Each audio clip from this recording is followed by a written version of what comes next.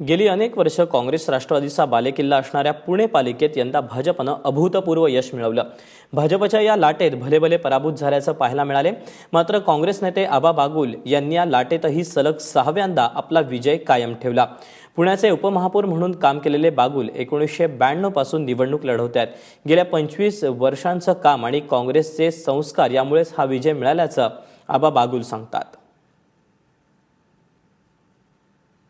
लोक काय करतात, मूलभूत गरजा करत नाहीत. पूर्वी म्हणजे त्यांच्या लागणाऱ्या मूलभूत गरजापेक्षा दुसरंच काहीतरी कामं करतात.